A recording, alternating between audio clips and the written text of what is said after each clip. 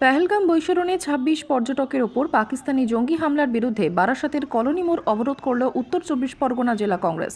Barasat station সংলগ্ন অঞ্চল থেকে একটি মিছিল শুরু করে বারাসাত কলোনি মোড়ে পৌঁছে খানিকক্ষণের অবরোধ এবং তারপর পাকিস্তানের পতাকা জ্বালিয়ে তাদের অবরোধ কর্মসূচি এদিন শেষ হয়।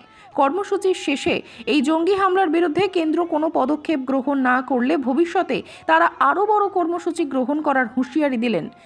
এদিন গোটা বিষয়টি নিয়ে যুব কংগ্রেসের নেতা নীলাভ ব্যানার্জি জানান, আপনারা সবাই জানেন কাশ্মীরে সেদিন যে ঘটনা ঘটেছে ২৬ জন নিরীহ পর্যটক তাদেরকে পাকিস্তানের কাপুরুষ জঙ্গি তারা যেভাবে মেরেছে তার প্রতিবাদে আজকে আমরা মিছিল করেছি এবং আমরা পরিষ্কার বলছি দেশের স্বার্থে আমরা সবাই এক ১৪০ কোটি ভারতবাসী আমরা এক।